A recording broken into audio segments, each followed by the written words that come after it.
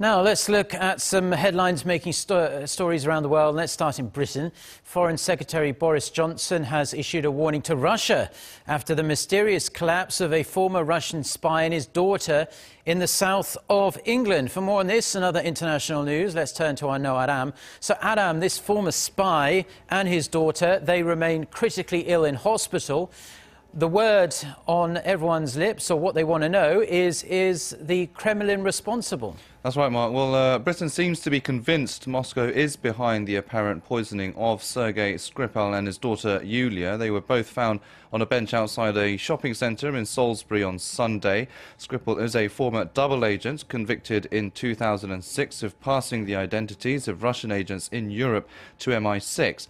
Foreign Secretary Johnson's suspicion towards Moscow comes from the fact that it echoes the murder of another Russian ex-spy, Alexander Litvinenko, in 2006. A British inquiry concluded that President Putin may have approved the poisoning of Litvinenko, a ruling Moscow described as a, quote, politicised farce.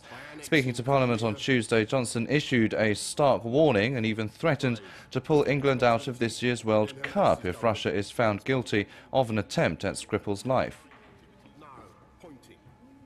While it would be wrong to prejudge the investigation, I can reassure the House that should evidence emerge that implies state responsibility, then Her Majesty's government will respond appropriately and robustly. Thinking ahead to the World Cup this July, this summer, I think it will be very difficult to imagine that UK representation at that event could go ahead in the normal way, and we would certainly have to... Russia was quick to deny involvement, and Moscow's foreign ministry said Johnson's comments were, quote, wild. The country's embassy in London also said the incident was being used to demonise Russia, and it was seriously concerned about how the British media were reporting the incident.